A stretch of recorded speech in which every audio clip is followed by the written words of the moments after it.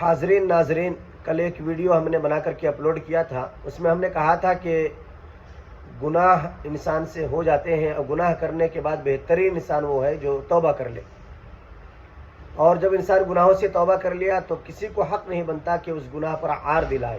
تو ایک ساتھی نے سوال کیا ہے کہ اگر کوئی شخص گناہ کیا، گناہ کرنے کے بعد توبہ بھی کر لیا، توبہ کرنے کے بعد اگر سامنے والا اسے عار دلا رہا ہے تو اس سلسلے میں کیا حکم ہے؟ تو دیکھیے، اگر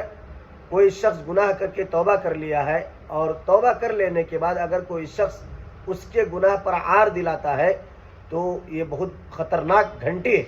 آقا علیہ الصلوۃ والسلام نے فرمایا کہ من عیر اخاہ بذنب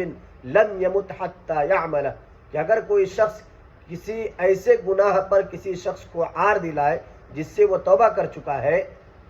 اور اس کے باوجود وہ عار دلا رہا ہے، طعنہ مار رہا ہے، تو اللہ کے رسول صلی اللہ علیہ وسلم نے فرمایا کہ اس وقت تک نہیں مرے گا جب تک وہ خود اس گناہ میں مبتلا نہ ہو جائے۔ اللہ ہم سب کی حفاظت فرمائے، لہذا کسی کو کسی کے گناہ پر عار دلانے کی کوشش نہ کرے۔